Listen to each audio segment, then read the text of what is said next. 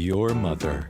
You love her. You'd like to always be there for her. But sometimes you can't be as close by as you'd like. So get Mom the gift that will bring her happiness and bring you peace of mind. Buy Mom a gun from Angry Bob's Gun Emporium. Get Mom a Tech DC-9 or Uzi at an incredible price.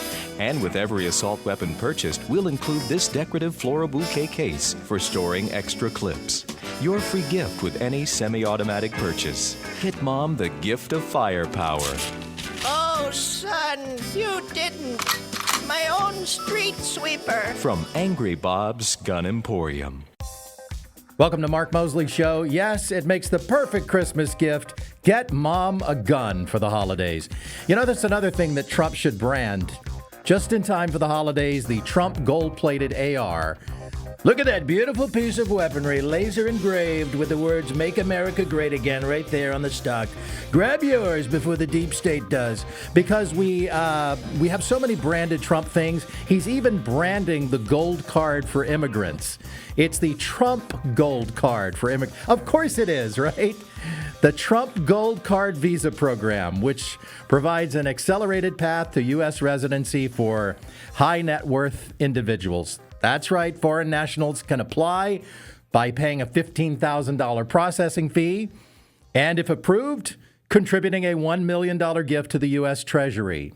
So corporations sponsoring employees have to contribute $2 million. The program places successful applicants into the EB1 or EB2 visa categories, traditionally reserved for individuals with extraordinary abilities or advanced degrees. You know, the kind of visa that people like Shakira are here on. Even though Shakira complains a lot about U.S. immigration policy, she got in on what they call the Genius Visa. As a matter of fact, that's how Melania Trump originally got into the country.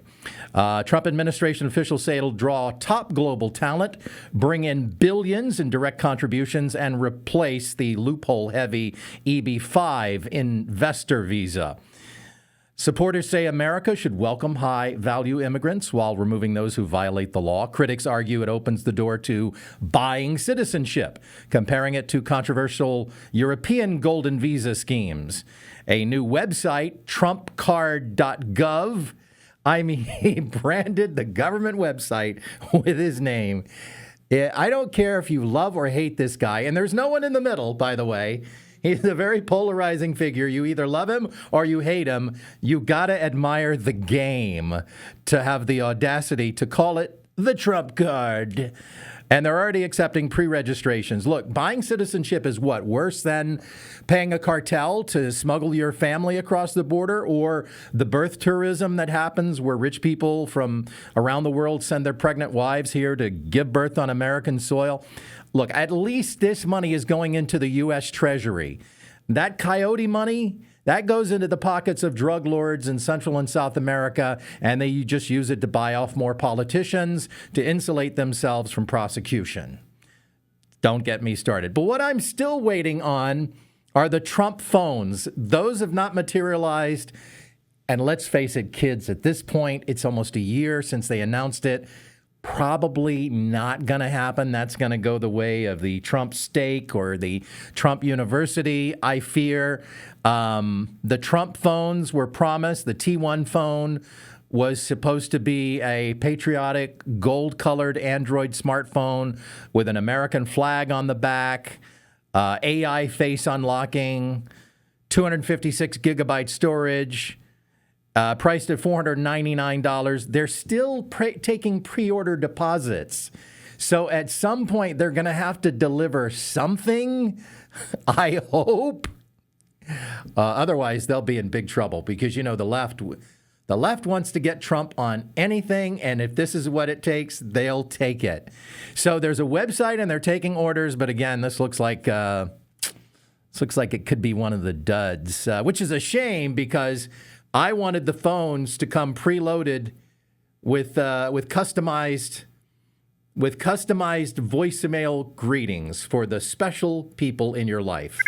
Well, it's your mother calling. You'd better pick up. After all, the woman did give you life.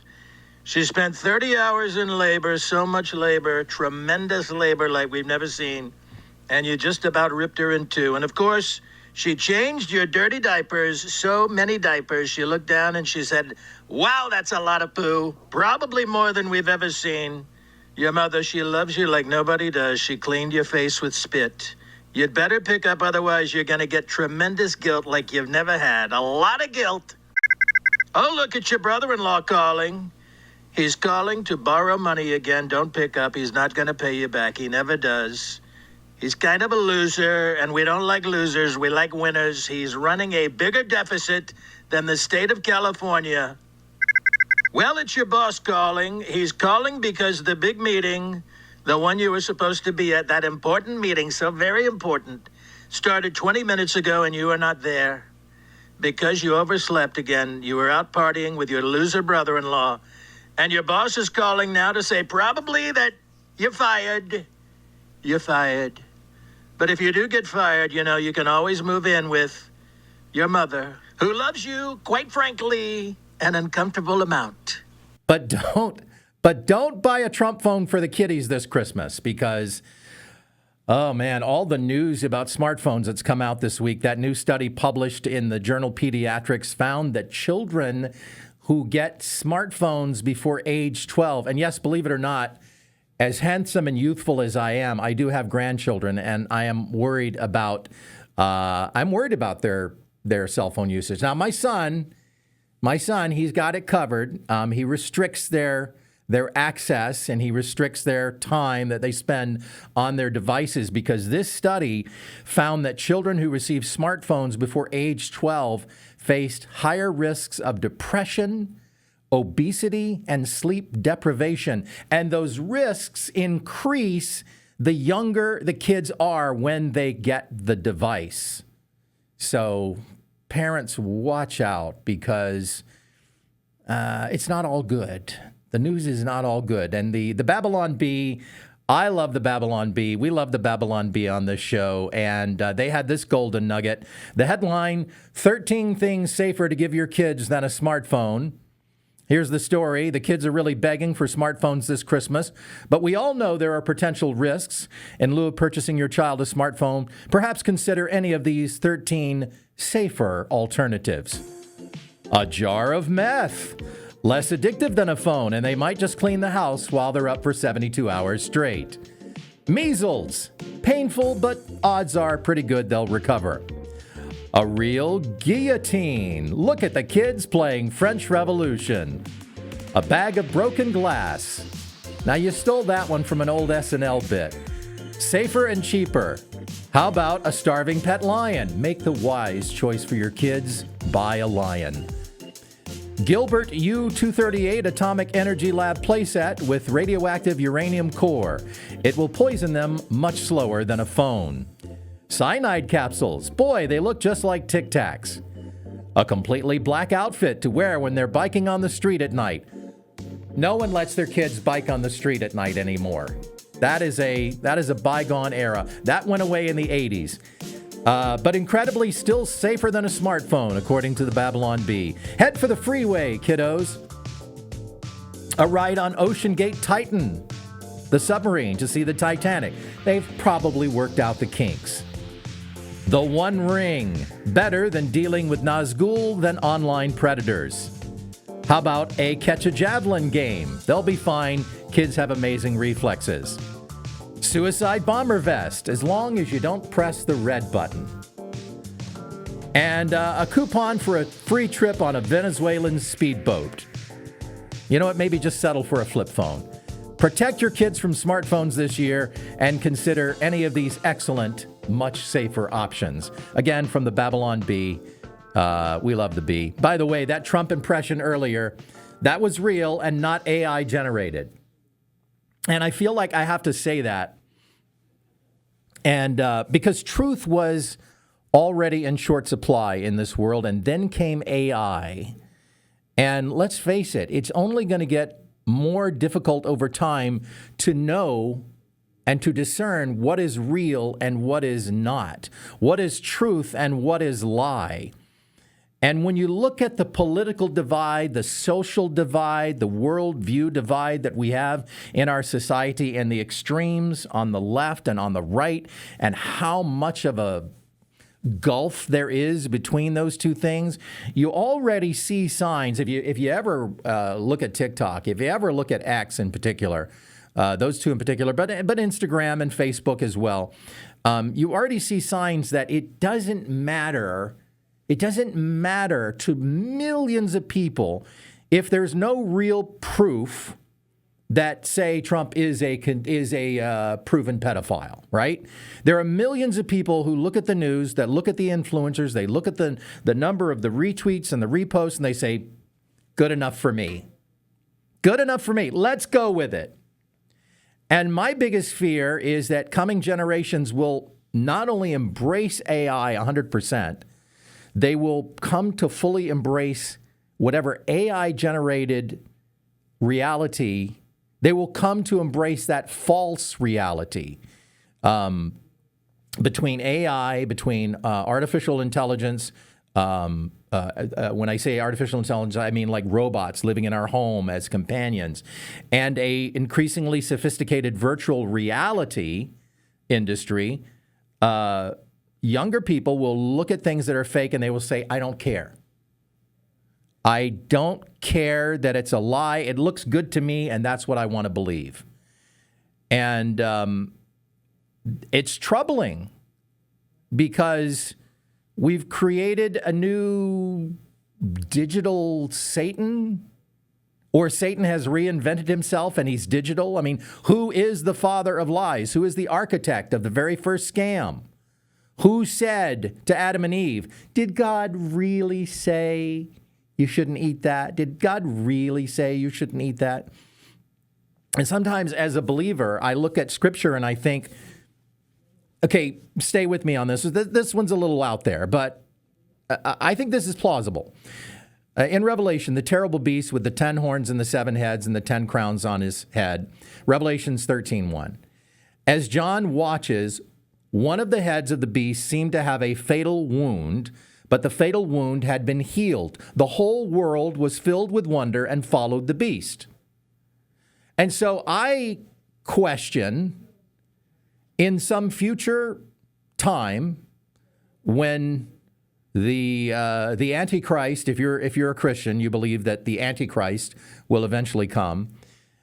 At some future time, in some world steeped in false realities, will that fatal wound that heals itself even be real?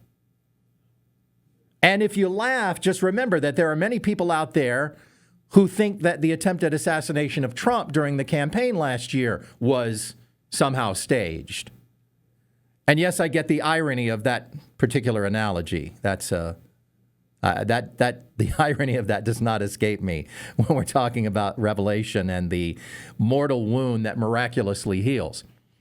But now major celebrities like Matthew McConaughey and Michael Caine, we're talking about iconic voices, are getting into supporting AI, endorsing AI, and getting paid for cloning of their voices.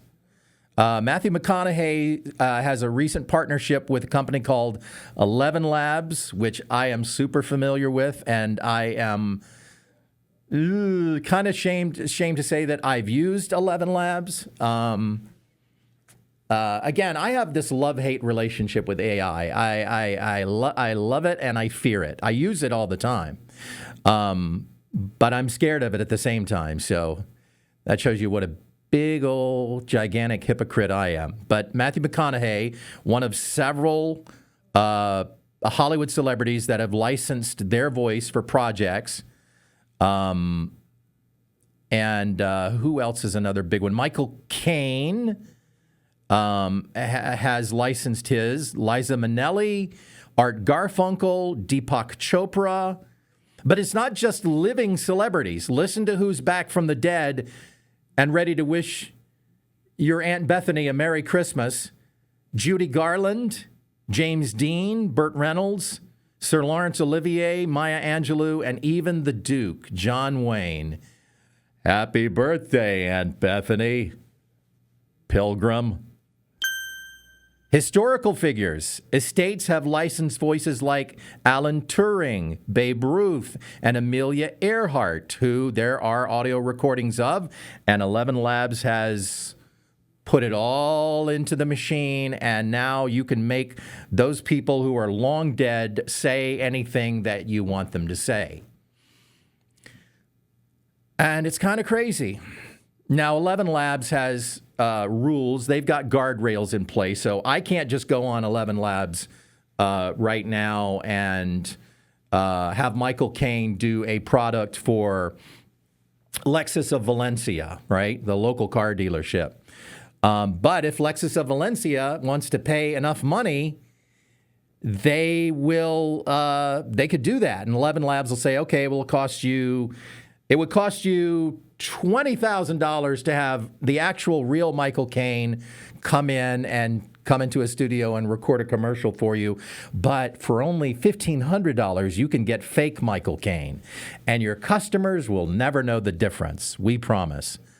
I have the trained ear, so I can kind of tell, but the average person can't. Now, some people are suing because they've had their voices come up. Morgan Freeman is one who is suing. Jennifer Aniston, Oprah Winfrey have not signed deals. They are suing folks that are generating AI versions of their voices. And again, as I said earlier, I have this love-hate relationship with AI. I use it, but I fear it. I use Grok. Because I don't know everything. In fact, I know very little. And if you've watched this show, you know that to be true. But I find Grok useful for things that would take me a really long time to otherwise research. Okay, for example, let me give you an example. Joe Biden let in, the consensus is about 10 million illegals. So I ask Grok, I say, lump together the populations of less populated states to total 10 million people, right? So Grok tells me, add up the population of Wyoming, Vermont, Alaska, North Dakota, South Dakota, Delaware, Rhode Island, Montana, Maine, and New Hampshire, and you get 9.7 million people, 10 states worth of people. So now I could use that in a piece of right-wing propaganda to say Joe Biden let in 10 U.S. states' populations worth of illegals in just 4 years. And I could make that brilliant point, and Grok helped me make it happen. It would take me all day to sit there and add those things up. But it took Grok like merely seconds. So, but to get back to my original point, people already can and cannot tell the difference between what's real and what's not. Perfect example of this week with the AI T-shirt photo of J.D. Vance. A photo popped up on social media earlier this week. What was supposed to be J.D. Vance and his wife in a restaurant, and yes, they even made it look grainy, which added to its legitimacy. And supposedly the story is he's yelling at her in a restaurant, and for some reason he's wearing a plain white T-shirt that looks like he bought it at Old Navy, right? But it's AI. Well, the post even made it to J.D. Vance's attention. And so he tweets, I always wear an undershirt when I go out in public to fight loudly with my wife. Perfect reaction from J.D. Vance. But the point is that you were already halfway there. You wanted to believe that J.D. Vance and his wife fight sometimes. Newsflash, you get a man and a woman together, and eventually they are going to have a disagreement. It just comes. You know what I've learned after 33 years of marriage? Pro tip for you young guys. Come here, lean in real close. You don't have to win every argument. You can let some of them go. It took me forever to learn this, and I'm still trying to put it in practice in my marriage. But you can let some of them go. Ask yourself, guys, would you rather be right or would you rather be sexy? Think about that.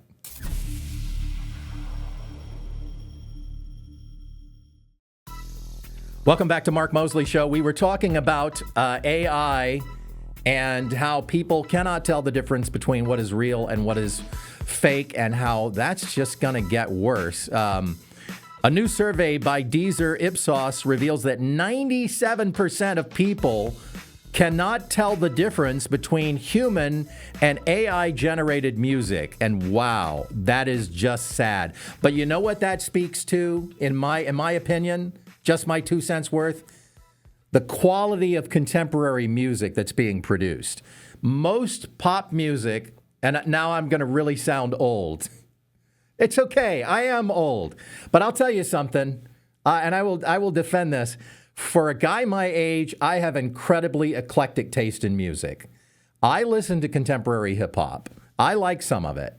You know, I'm not a Drake fan, I'll tell you that right now. But those of you who are also not Drake fans, you know exactly what, because Drake, I'm sorry, Drake is in a category of throwaway music for me.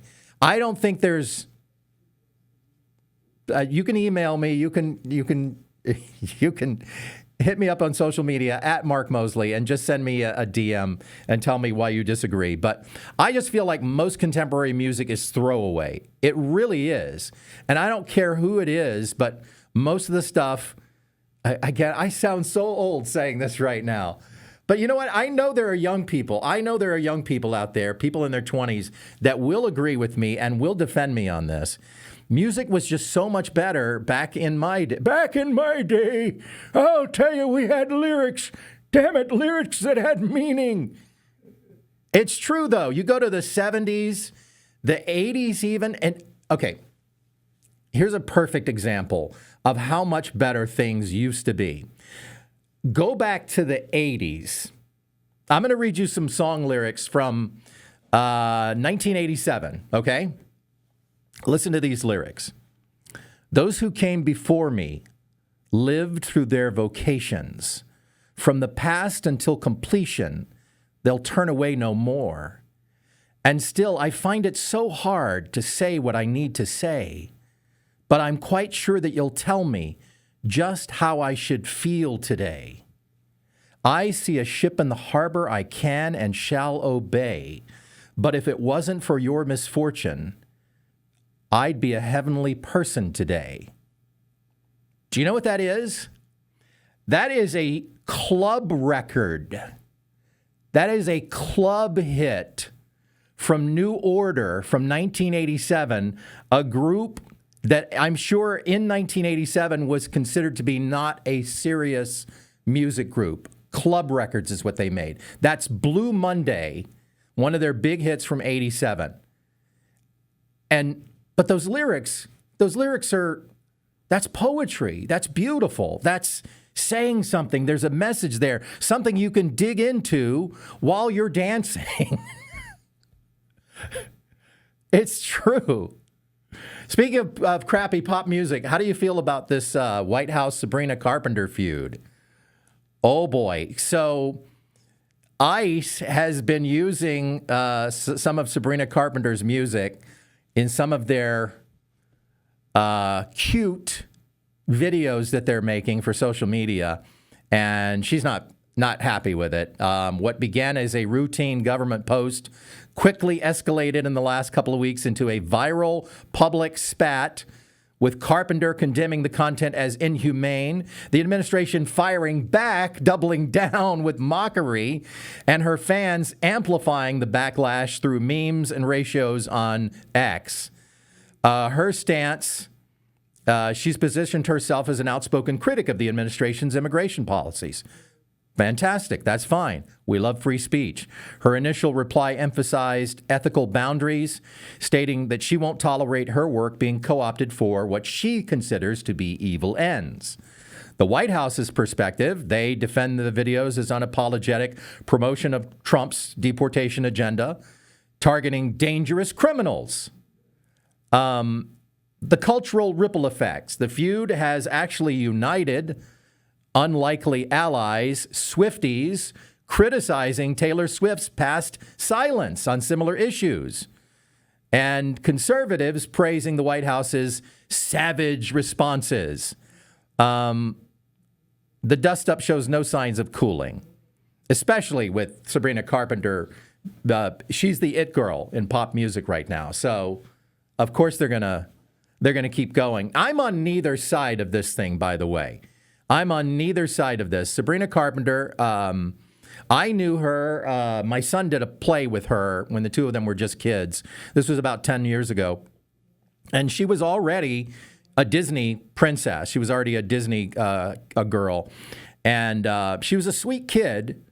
She was just a kid back then. Now she's become that latest, highly sexualized pop princess, which is kind of a shame because I've watched this thing happen. Look, I've lived in Los Angeles for 23 years now, and I've seen it. And, I go back to Lady Gaga. Remember Lady Gaga when she first came out, and she was wearing the meat dress, and she was doing all these bizarre things. And to me, it really kind of overshadowed the incredible talent that woman has. And it really is a sad commentary on what you have to do to break through in entertainment now. You have to misbehave. You have to do things that are outrageous and crazy to get attention. And on the Disney pop princess side, as soon as you hit 18, they've got to sexualize you. And because that's what Hollywood likes to do. And it's a real shame because I say she has a lot of talent. Sabrina Carpenter, at the end of the day, and I've seen it in person, she can act, she can sing, she can dance. She's amazing. But again, the talent gets overshadowed by the gimmickry after a while. And as far as the White House goes, I'm not a fan of this. I'm not a fan of this tactic. I mean, look, at the end of the day, I don't think it's cool making fun of deporting illegals. I think that goes too far. So this is where I part company with the Trump administration. You're making too much of a mockery of something that is very serious, and it should be treated seriously. And look, even the criminals that you're deporting, they're still human beings, and the whole thing should be just a bit more dignified. I think it's a misstep. I think it's a bad look, a bad PR campaign. It just feels, to me, it feels nasty. It feels mean, and it feeds into the left's narratives. And this is the most important part. It adds fuel to people who are already enraged about the folks that don't think ICE should even exist, right? That don't think that we should even have a border, that we should have deportation, even though, hey, that's the way it's always been. I think it's helping to raise the temperature on this issue. Now, that doesn't mean I don't support the administration's efforts, because they're just trying to beat Barack Obama's all-time record of over 3.1 million immigrants kicked out of the country. Now, hold on a second, Trump. You're never going to touch my record. 3.1 million. You'll never beat it. Even at this aggressive pace that Trump's going, he's not likely to topple the all-time champion of kicking brown people out of America and getting a pass for it, while Trump is being vilified as the worst person that ever lived on the planet. Because this is deadly serious business. I mean, look at the attempted murder in Charlotte last week. Then if that person had died, that would have been the second murder on Charlotte's light rail in less than 3 months, thinking back to the killing of that Ukrainian immigrant back in September. That person that attacked last week on the Charlotte rail was not supposed to be here, not supposed to have been deported, snuck back in, deported twice, as a matter of fact, 2018 and 2021. And then he recently came back to the U.S. as a gotaway who slipped past border enforcement. And, Trump is pointing to this case as proof that weak border security and sanctuary city policies have real victims. And you know how I feel about sanctuary city policies. They put everyone in danger. They put legal immigrants here in danger. They put American citizens in danger. And they put illegals who have committed no other crime in danger. And the only person that they really benefit is that criminal that city is hiding from authorities. And so if you want to make the emotional argument, and I know people on the left love to make emotional arguments, how dare you? How dare you hide rapists, drug dealers, and murderers in a city like Los Angeles, putting other illegal immigrants in danger? Because, again, I'll go over how this works again one more time for the slow kids in the back. If you don't have sanctuary city policies, local law enforcement are allowed to cooperate with ICE. ICE goes to the jail, they pick up that one guy, they leave everybody else alone. They don't have to do workplace raids to find some criminal that they're looking for, and then all the other illegals get caught up and they all wind up getting deported. So instead of deporting one criminal, you wind up deporting, I don't know, a dozen people, 11 of whom have not committed any other crime except sneaking into the country. And I think that's wrong. That's inhumane. That's the opposite of compassion. So, and here comes NBC News again, playing that word game of no criminal record.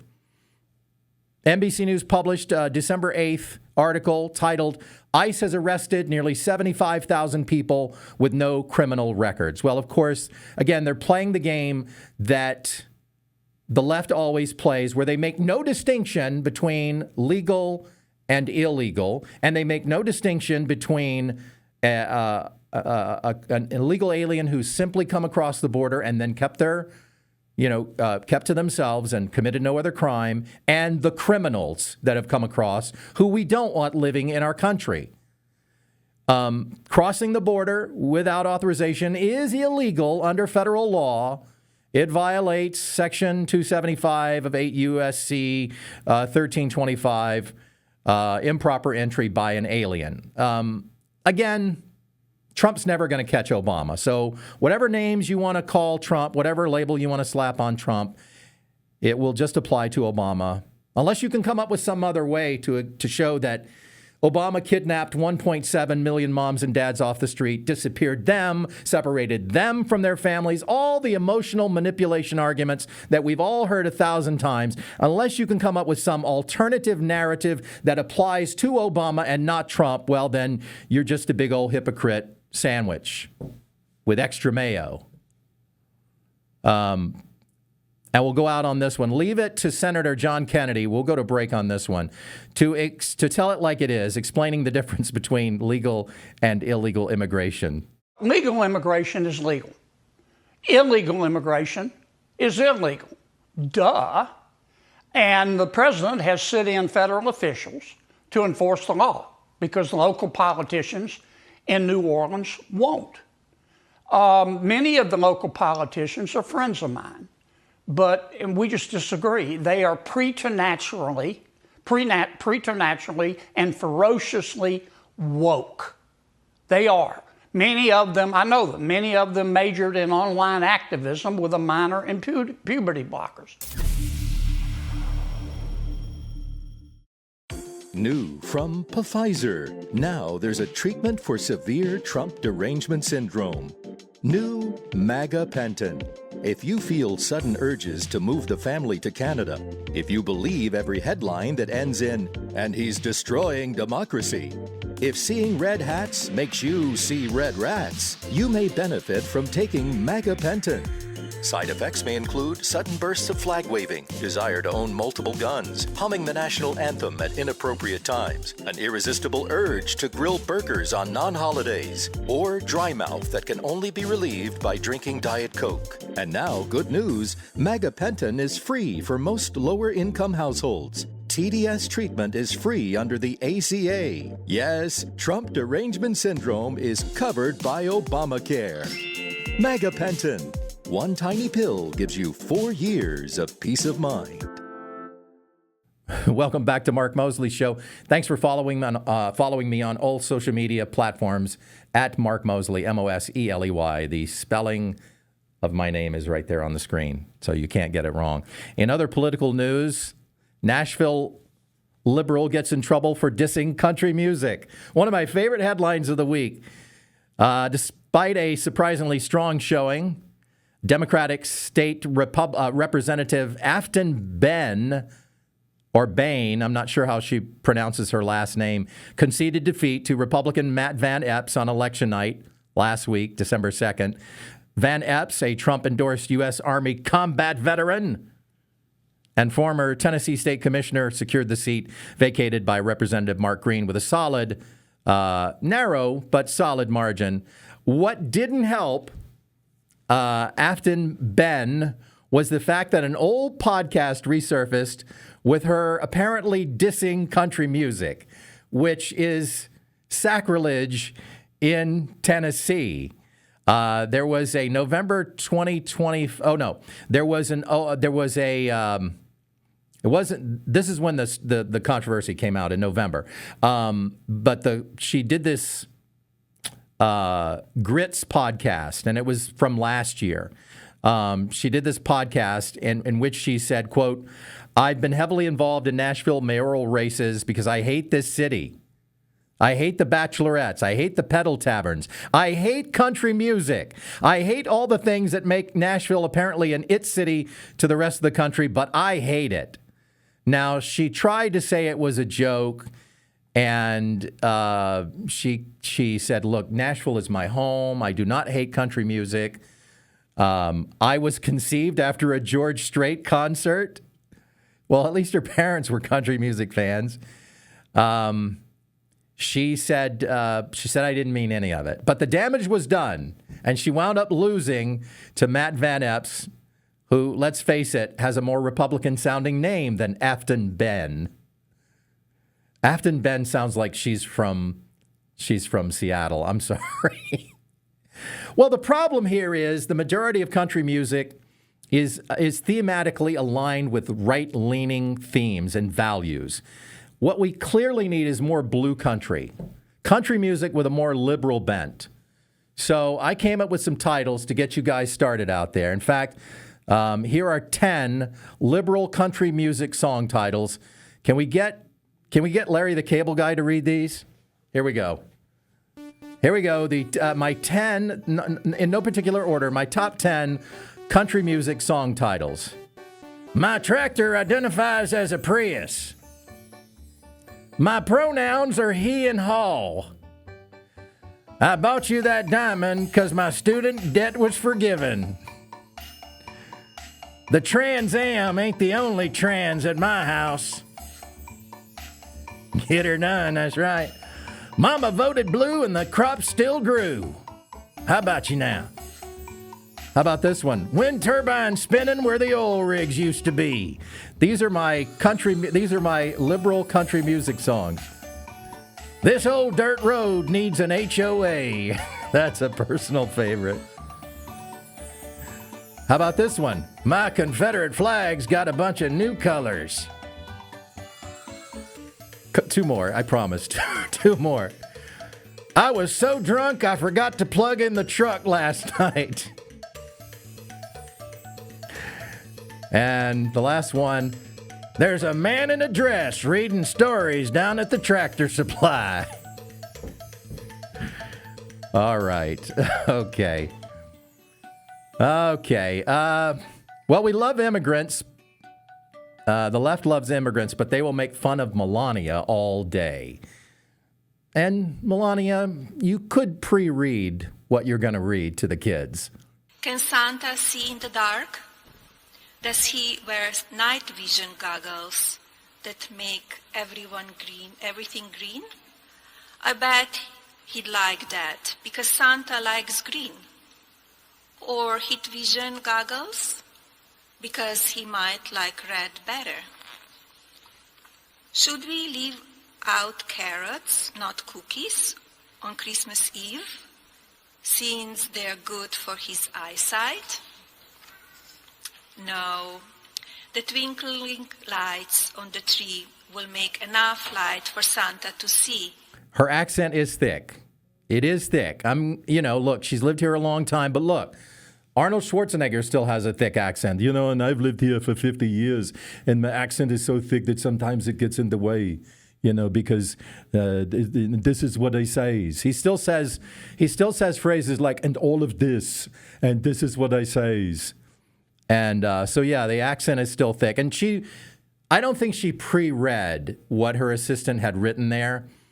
And you're watching a guy that likes to script out his entire podcast. I like a script, but At the same time, I can cold read off a teleprompter. If God had blessed me with looks, I would have been a TV news anchor.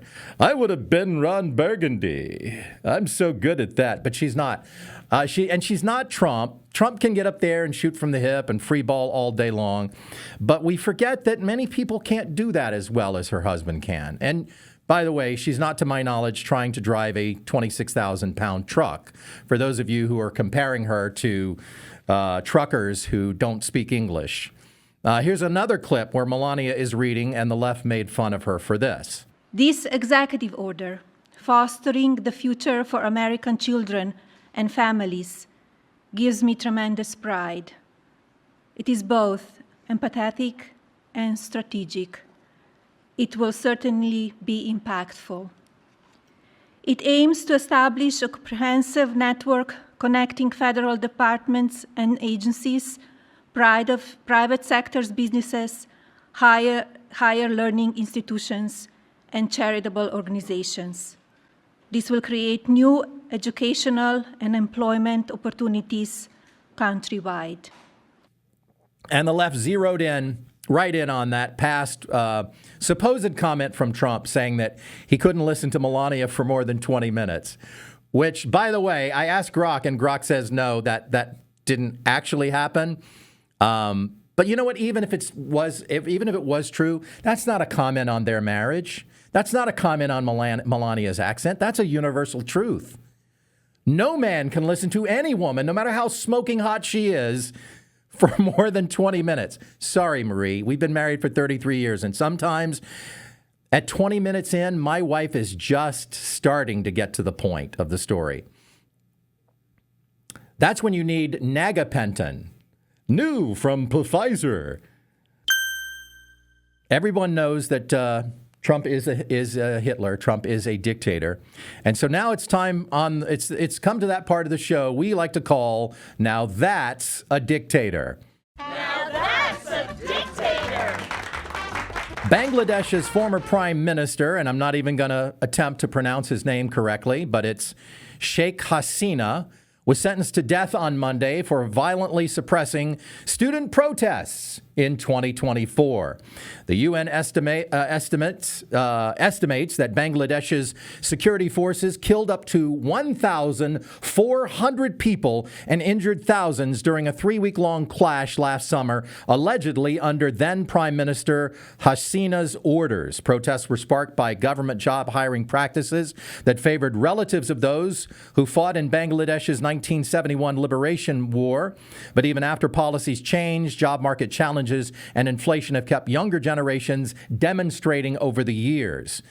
Hasina, who led Bangladesh from 1996 to 2001 and again 2009 till last year, called the judgment against him biased and politically motivated.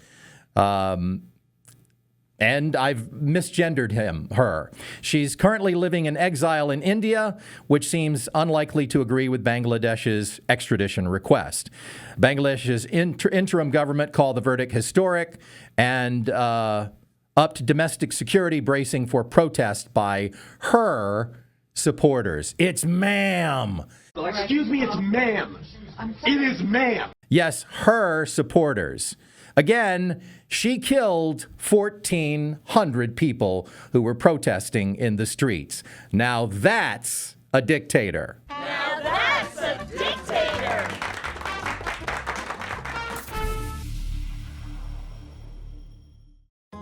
Well, in the Moseley family, we have a sad anniversary coming up this weekend. It'll be 1 year since we lost our beloved dog, Bella, and Bella was the best friend that my wife Marie has ever had. Yes, I come in a distant second, being a deeply flawed human being and not a dog. And so on the 13th, it will be 1 year, and Bella was rescued from the streets, literally. My wife was at a park one day with my son, and this dog was in a box behind a building and just left there to die. And my wife brought Bella home, and within 24 hours, we had spent about $1,200 on her because she had parvo and was going to die anyway. And my wife said, we're doing it. And we saved her, and she lived for 10 years and finally She passed from cancer last year at the young age of only 10 years old. And she was a mixed breed. She was part lab, part shepherd, and part Belgian Malinois. So she was a super smart, not just smart, but socially connected dog. I mean, this was the kind of dog that if you were in pain, knew to lay. If your back was in pain, knew to lay right there where it hurt. Just very intuitive. We just miss Bella so much. My wife misses her so much. So adopt, don't shop. Wanted to give that little moment there. And we'll pivot now to the doofus of the week. In Roxford, Ohio, Joshua Dorfmeyer got a little drunk on Saturday night. And so he thought he'd try to drive to the local Denny's. It's our doofus of the week. You're a big, stupid doofus. No, you are. Joshua thought he'd drive to the local Denny's, to get some food, sober up. Not a bad idea. I'm not saying drink and drive. Now, Joshua was not so intoxicated that he couldn't successfully drive to the Denny's. He made it all the way there just fine. In fact, Joshua got all the way inside the Denny's before he had a problem. And the problem was Joshua forgot to get out of his car before going inside the Denny's. Joshua drove his car into the Denny's, right through the front glass. Excuse me, sir. You can't just step out into a booth. You're going to have to wait in line, to wait over there by the claw game on the vinyl couch there like everybody else. 3 people were injured, no one seriously, thank the Lord. Josh tried to tell cops his foot got caught under the brake pedal. I'm sure they've never heard that one before, which meant he couldn't stop. Might have worked if Josh had, been like 104 years old or something. My foot got stuck under the brake pedal and I couldn't stop. But he wasn't 104 and he was 2 times over the legal limit. So he's looking at driving under the influence, vehicular assault, and tampering with evidence because before the cops arrived, witnesses said Josh was trying to get rid of a marijuana pipe. And now it makes even more sense. I mean, who hasn't gone from doobies to Denny's? I think we can all relate to that one. And we'll wrap up the show now with the good news. We'll go from zero to hero. We love the good news on this show, and that being the good news of the gospel. And here's a story that embodies Proverbs 17:17. A friend loves at all times, and a brother is born for a time of adversity. And this is the story. Estrella Ramirez, a 29-year-old rideshare driver in San Antonio, Texas, never expected a simple Uber pickup in March of this year to change her life in the way that it did. The passenger was Lily Martinez, a sharp-witted 97-year-old widow who was heading home from a doctor's appointment, and when Lily climbed into the car, she was clutching a small Wendy's bag. Estrella says Lily could tell that she smelled the French fries, and she said, "Honey, do you want one? They're still hot." And she said, "I laughed, and I took one, and it was the best fry I'd ever had." Well, their 15-minute ride turned into an hour-long conversation.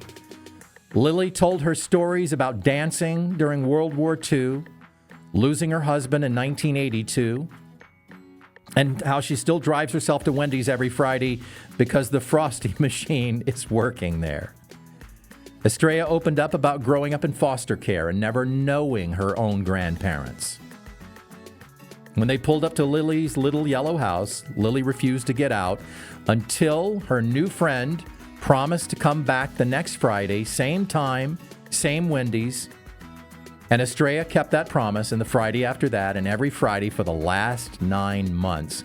And now the ritual is sacred. It's locked in. Lily picks her up. Estrella picks Lily up, rather. At 11 a.m. sharp, they go to Wendy's together. They order the exact same thing, #1 combo, Dave's single, medium fries, small Frosty.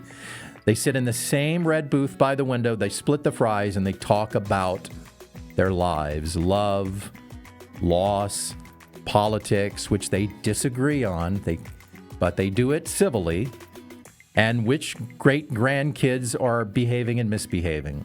Lily has taught Estrella how to make flour tortillas from scratch. Estrella taught Lily how to use TikTok.